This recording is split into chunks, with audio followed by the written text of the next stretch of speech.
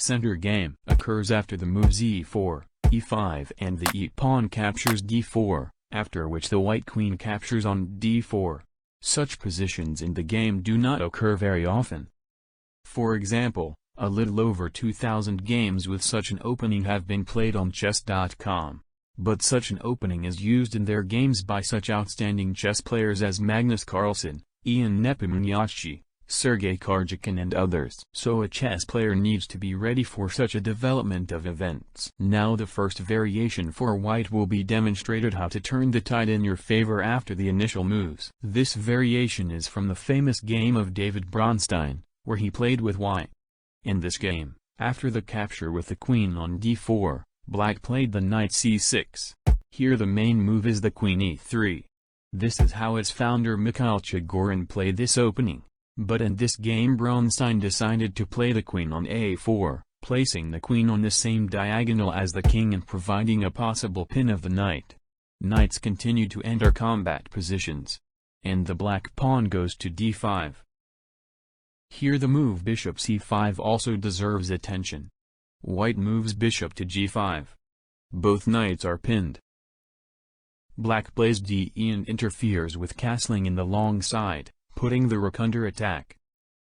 The knight attacks on e4, without fear of a recapture by the knight. Here black falls into a trap and puts the queen on e7, hoping to win the knight on e4 after the exchange of queens. Here it was better to play bishop before. And after c3 such an unexpected move as queen d4. It is impossible to capture the queen with a pawn because of the pin. If white takes the bishop with a pawn, black takes the knight with a check with the queen and develops an attack on the king's side. If the queen captures on b4, black can attack on b4 with the knight.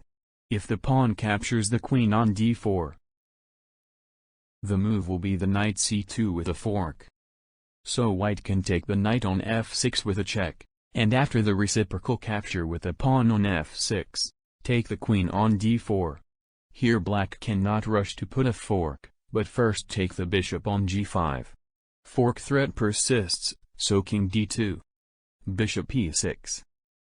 Due to the better pawn structure and better development, black has a slight advantage. But Bronstein's opponent played queen e7, and this made it possible to perpetuate this game. Bronstein just played 3 zeros, and posed a big question to his opponent what to do next. It was better to play bishop d7. Here white has an advantage, but not so significant. But black was tempted to win the knight and played queen e4. Here it is not profitable for white to capture with the queen on e4. Since after the e4 knight, there is no good continuation of the attack, the d8 square is protected by the knight.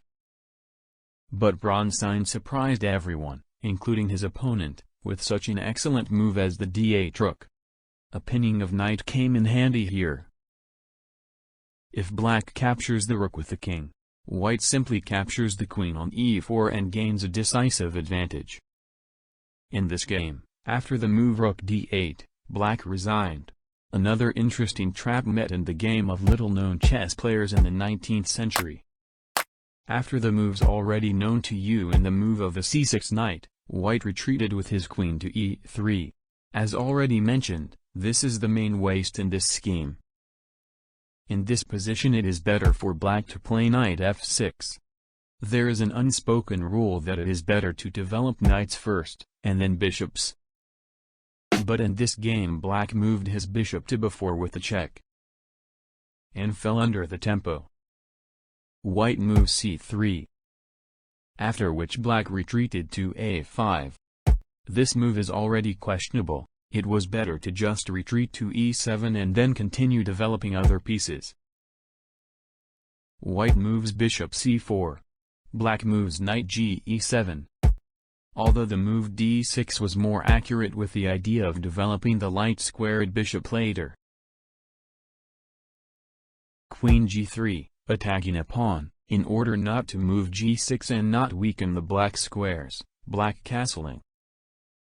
Here it is obvious that on the move the bishop h6 with the idea of checkmating or winning the rook, when black, fleeing from the checkmate, nevertheless makes the move g6, there is a counter-argument knight g6, after which these threats to black are no longer afraid.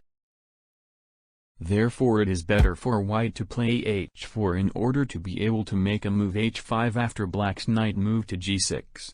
Here it is better for black to play the knight on d4, where the pawn cannot beat the knight because of the pin, with the further threat of the knight on c2 with a fork. But black played the g6 knight, and after white moved the pawn to h5 he moved his knight to e5, attacking the light-squared bishop. But white ignores this threat, plays bishop g5, attacking the queen. Here black cannot close with the pawn by moving f6 because of the pin, and therefore is forced to retreat with the queen to e8. Bishop f6, mate threatens. So black has to play g6, followed by a capture with the pawn on g6. Cannot be taken with the f-pawn because of a pin. The capture with the h-pawn is immediately followed by checkmate with the rook on h8, which is only slightly delayed after the capture by the knight on g6 and the sacrifice of the queen. And the last trap in this opening for white. Here, after the standard moves, as in the previous trap, black's knight f6 followed, the so-called burger variation. White plays bishop d2, he still has no other acceptable way to develop the bishop. Bishop e7. Knight c3, d5. Black considers it necessary to be active since white has spent several moves developing the queen. D, knight before. The knight c2 with a fork threatens to move, the pawn on d5 is also threatened. Natural move long castling. Taken again. Here, instead of simply taking the knight to d5, black decided that he would not get away from them, showed greed and took the pawn on a2. And after the move king b1, black takes the knight on d5 with the queen. Here the best move for white is b3, after which the knight is trapped. Rook e1 is also possible, to which black can respond with bishop e6 and be out of danger with high chances of winning. But b3 is much better, and the only way for the black knight to break out of the trap is to play before. This is where the main trap comes in. Note that in this situation it is impossible to beat this knight right away, since the rook is left without protection, and after the capture by the queen, white finds himself in a losing position.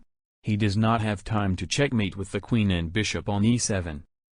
White shoots first on e7. King attacks on e7, followed by bishop before. This is both an open attack on the queen and a check to the king. For a single move, the king e6 with the idea of winning back at least the rook if it captures the queen on d5. White gives up not the rook, but the bishop and makes the move c4. After capturing an extra piece of the knight and a1 position. Our review would not be complete if we did not dwell on the traps for black, which of course exist in this opening.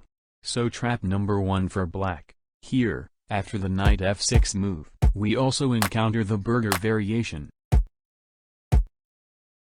After which white, in order to correctly complete the development, should play either the knight on c3 or the bishop on d2. But in this game white decided to continue in an attacking style and play d5, which turned out to be in black's favor.